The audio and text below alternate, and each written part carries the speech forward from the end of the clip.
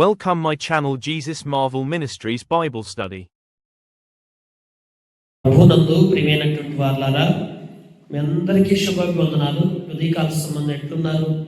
అందరూ బాగుండాలని హృదయపూర్వకంగా దేవుని సన్నిధిలో ప్రార్థిస్తూ ఉంటున్నాము. వ్యక్తిగత జీవితంలో మనందరి జీవితాలు ఆశీర్వాదకరంగా చేయబట్టు కొరకాయ ఈ దినము దేవుని యొక్క స్వరాన్ని వినడానికి ప్రయత్నం చేద్దాం.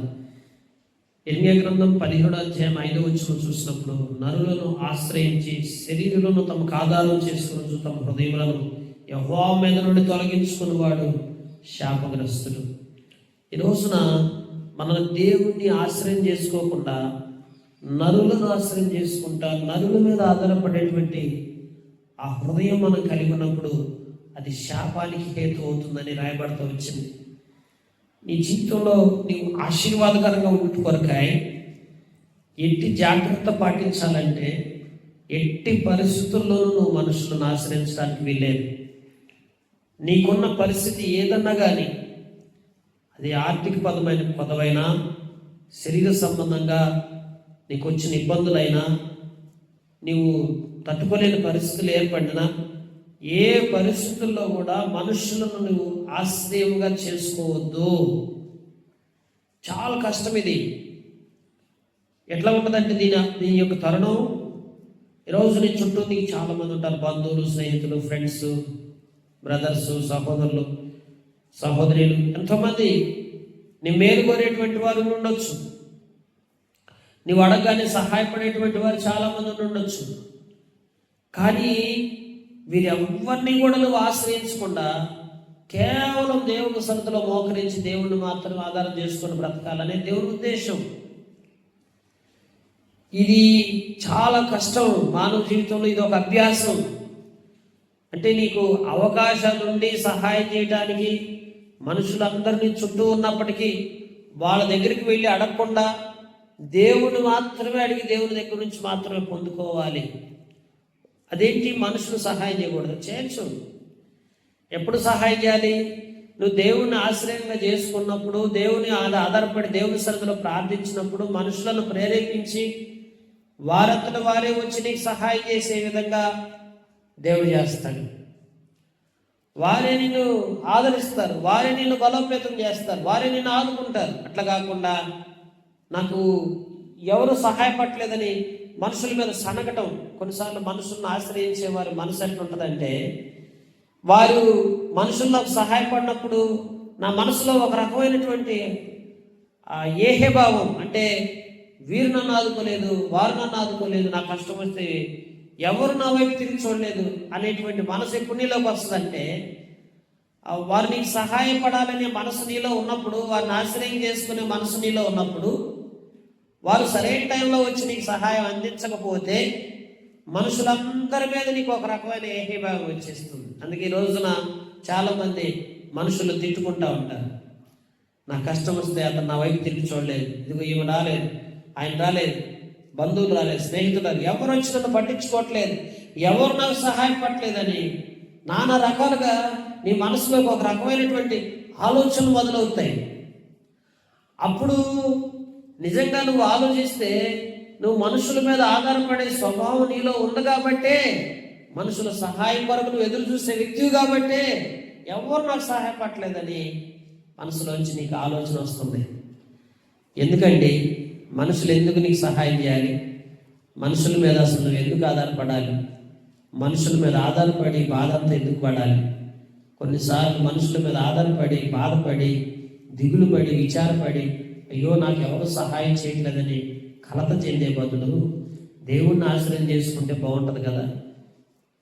శాపగ్రస్తమైన ఆ స్థితిని కొని తెచ్చుకునే బదులు దేవుణ్ణి ఆశ్రయం చేసుకుంటే ఎంత బాగుంటుంది.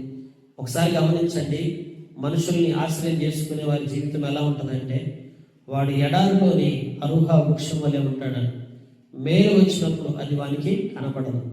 వాడు అడవిలో కాలిన నేల ఎదున నిర్జనమైన చవిటి భూమి ఎదున నివసించును. కనుక ఒక అరూర వృక్షం వలె మరి అడవిలో కాలిపోయినటువంటి ఒక నిర్జనమైన చవిటి భూమిలాగా మన బ్రతుకు మారిపోతుంది.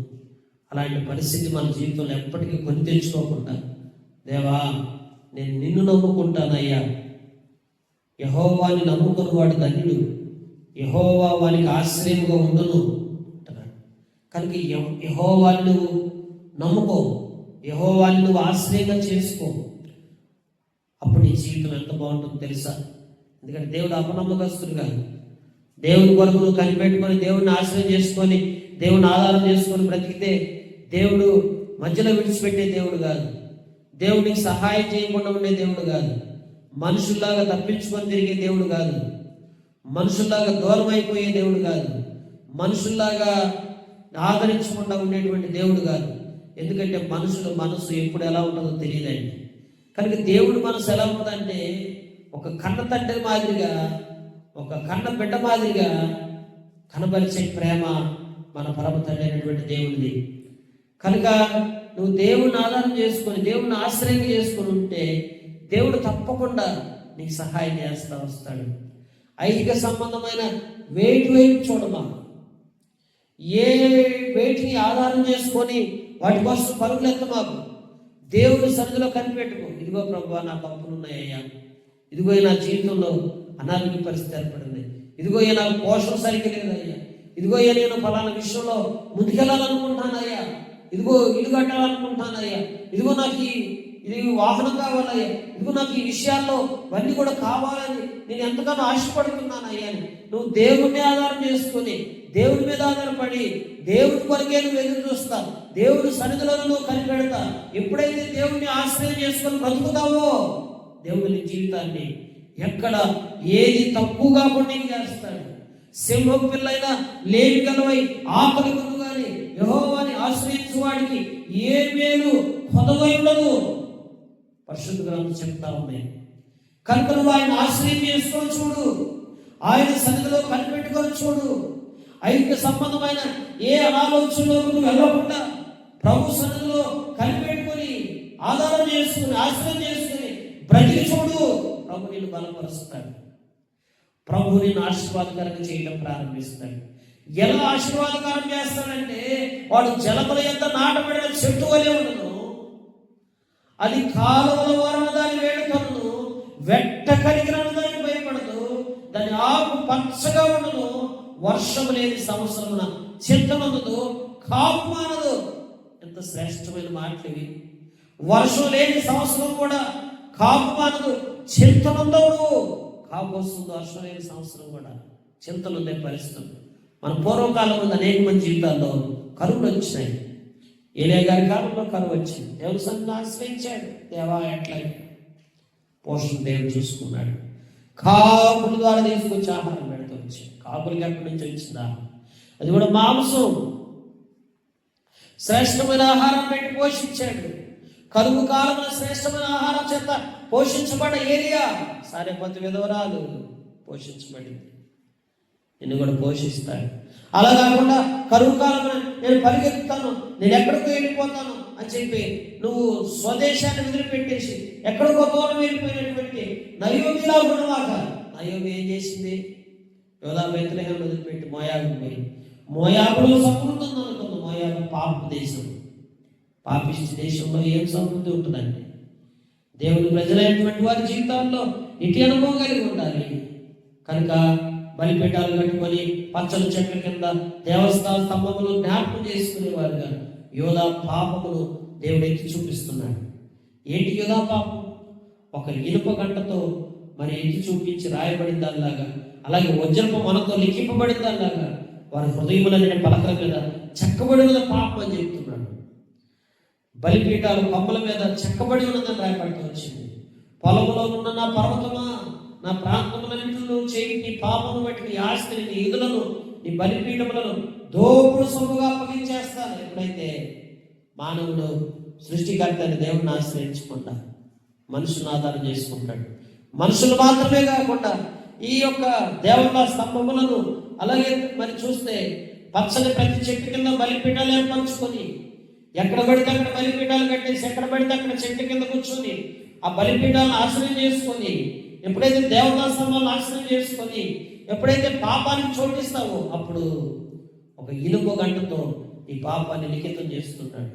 ఒక వజ్రపు మనతో బలమైనటువంటి వాడితో ఈ పాపాన్ని లిఖితం చేస్తున్నాడు. ఈ పాపము బలిపీఠం కొమ్మల మీద చెక్కబడినది కనుక దేవుడి వాక్యం చెప్తుంది, నీ పాపాన్ని బట్టి నీ ఆస్తిని, నీ నిధులన్నిటిని, నీ బలిపీఠములను దోపుడు సొమ్ముగా నేను వేరే వారికి అప్పగించేసేస్తాను. నీ ఆస్తి మొత్తం దూరం చేసేస్తాను అన్నాడు. దోపుడు సొమ్ముగా నువ్వు అప్పగించబడతావని చెప్పబడతా వచ్చింది. నయోమి ఎప్పుడైతే మోయాబు విడిచిపెట్టి మోయాబులో ప్రవేశించి యూదా బెత్లెహేమును వదిలిపెట్టేసిందో తన జీవితంలో ఆత్మ సంబంధంగా నష్టపోతా వచ్చింది. భర్తను కోల్పోయింది, బిడ్డలు కోల్పోయింది, సమస్తాన్ని కోల్పోయింది. తిరిగి మరలా తెలుసుకుంది, అయ్యో నేనేం తప్పు చేశాను, ఏ దేవుడిని అయితే ఆశ్రయం చేసుకోవాల్సింది నేను ఆ దేవుడిని ఆశ్రయం చేసుకోకుండా మానవ పద్ధతులను బట్టి ఆలోచించుకొని నేను ప్రదేశాలు మారి వచ్చాను. అయ్యో నా జీవితంలో ఎంత నష్టం. అబ్రహాంతో దేవుడు చెప్పాడు, ఇదిగో నేను పిలిచిన పిలుపుకు లోబడి నువ్వు వచ్చినట్లయితే నేను నిన్ను ఉన్నతంగా ఉంచుతాను. అబ్రహాం లోపడ్డాడు. దేవా నీ మాట మీద నేను నమ్ముతున్నానయ్యా, నిన్ను నేను ఆశ్రయం చేసుకుంటున్నానయ్యా, నువ్వేం చెప్తా తింటానయ్యా. నాయనా ఎక్కడికి వెళ్ళాలో తెలియదు, ఏం చేయాలో తెలియదు. అలాంటి పరిస్థితుల్లో అబ్రహాం దేవుడిని నమ్మాడు. అబ్రహాం దేవుడిని నమ్మాను, అది అతనికి నీతిగా ఎంచబడను. ఏమిటి నమ్మటం అంటే, ఏమిటి ఆశ్రయం చేసుకోవటం అంటే, ఏమిటి ఆధారపడటం అంటే, కష్టకాలంలో, కరువు కాలంలో, ఇరుకులు, ఇబ్బందులు, శోధనలు అనేకమైన నీ జీవితంలో ఆవరించిన సమయాల్లో పరుగులు పెట్టేవాడుగా, ఎక్కడెక్కడికో ఆలోచన చేసేవాడుగా, ఎవరెవరినో అడిగేవాడుగా, ఎవరెవరికో ఫోన్ చేసేవాడుగా, ఎవరెవరినో అడిగి విసిగి వేసారిపోయేవాడు ఉండకుండా ప్రభు సన్నిధిలో కూర్చొని, దేవా నాకు ఇది నువ్వు సహాయపడవా, ఈ విషయంలో నాకు మేలు చేయవా, అయ్యా నాకు ఈ విషయంలో నన్ను బలపరచవా అని నువ్వు ఆయన బతిమలాడుకొని ఆయన పాదాలు పట్టుకుంటే నీకు ఏదో ఒక దిక్కు నుంచి నీకు సహాయం చేసుకుంటూ వస్తాడు. నిన్ను నిలవబెడతాడు. నీ పరిస్థితిని అర్థం చేసుకునేటువంటి సరైన దేవుడు కనుక నిన్ను అన్ని విధాలుగా ఆదరిస్తాడు. అలా కాకుండా ఈ ఇతరితర వాటిని ఆశ్రయిస్తే దేవుని కోపం నీ మీద రగులుకొని, కోపం ఎట్లుంటుందంటే నిత్యము రగులు చూడు కోపంలాగా ఆ కోపం రగులుకొని నీకు ఇచ్చిన స్వాస్థ్యాన్ని కూడా నీ అంతటి నువ్వే విడిచిపెట్టేటట్టు చేస్తాడు. నీకు ఇచ్చిన దాన్ని కూడా నువ్వు దూరం చేసుకొని నేను శత్రువుల చేతికి అప్పగించేసేస్తాడు, అపవాది చేతికి. ఎప్పుడైతే అపవాది చేతికి నువ్వు అప్పగించబడతావో ఉన్న స్వాస్థ్యం పోగొట్టుకుంటావు, దేవుని ఆశీర్వాదం దూరం అయిపోతుంది, ఆస్తి దూరం అయిపోతుంది, సమస్తం నీ నుంచి దూరం అయిపోతాయి, మనుషులు కూడా నీ నుంచి దూరం అయిపోతారు. తెలుసా నువ్వు మనుషులను ఆశ్రయం చేసుకుంటే? ఎందుకంటే ఏ మనుషుని అయితే నువ్వు ఆశ్రయం చేసుకున్నావో ఆ మనుషుడు నువ్వు కష్టకాలంలో నిన్ను ఆదరిస్తాడు, కానీ తర్వాత మళ్ళీ నీతో అసమాధానంలోకి వచ్చేస్తాడు. ఎందుకంటే ఆ మనుష్యుడు మనసు మారిపోతుంది. కనుక మొదట నీకు ఆశ్రయం చేసుకోవడానికి, నువ్వు ఆధారపడటానికి యోగ్యంగా కనిపించిన వ్యక్తి రాను రాను ఆ వ్యక్తి నీకు శత్రువుగా మారిపోతాడు. ఇక ఆ వ్యక్తి నీకేమి సహాయం చేయడు.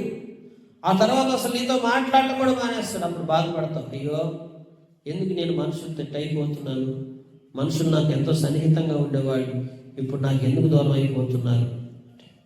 మనుషు రీతిగా నీ నుంచి ఏదో ఆశించి నీకేదో సహాయం చేసే వ్యక్తి తిరిగి నీ నుంచి ఏదో ఆశించినది నీకు అతను దొరకలేదు అనుకోండి, అప్పుడు నేనేం చేస్తాడు, నీతో మాట్లాడటం మానేస్తాడు. కనుక నీకు సహాయం చేసిన ఆ మేలంతా కూడా ప్రయోజనకరం కాకుండా నష్టానికి హేతువుగా మార్చబడుతుంది. అందుకే మనుషులను ఆధారం చేసుకుంటే ఇన్ని రకాలుగా నష్టపోయే పరిస్థితులు ఉన్నాయి. కనుక దేవుని ప్రజలమైనటువంటి మనం ఇంకొకటి, వారి ప్రవర్తన బట్టి వానికి జీతం ఇస్తానంటున్నాడు. హృదయం అన్నిటికంటే మోసకరమైనది, ఘోరమైన వ్యాధి. ఏంటి మోసం అంటే? ఇదే మోసం. ఆ వ్యాధి, ఆ మోసం ఏంటంటే దేవుణ్ణి ఆశ్రయం చేసుకోకపోవటమే మోసం. అక్కడే మనం క్రియల్లో తప్పిపోతున్నాం. దానికి ప్రతీకారంగా దేవుడు ఏం చేస్తున్నాడు అంటే, హృదయాన్ని పరిశోధించి అంతరింద్రియములను పరీక్షించేటువంటి దేవుడు, ప్రతిదాన్ని కూడా లోతుగా చూసేటువంటి దేవుడు, అయ్యో ఇంత మోసపోతున్నావు అని చెప్పి దేవుడు గ్రహించి నీ క్రియలను బట్టి నీకు ప్రతీకారం చేస్తాడు. నష్టాలు పాలైపోతావు. అందుకే న్యాయ విరోధముగా ఆస్తి సంపాదించకూడదు, అన్యాయం చేసి చేయకూడదు. పెట్టని గుడ్లను పొదిగేటువంటి కౌసు పెట్టలాగా మన జీవితం ఉండకూడదు. కౌసు పెట్టుకో లక్షణం ఉంటుంది, గుడ్డు పెట్టదు.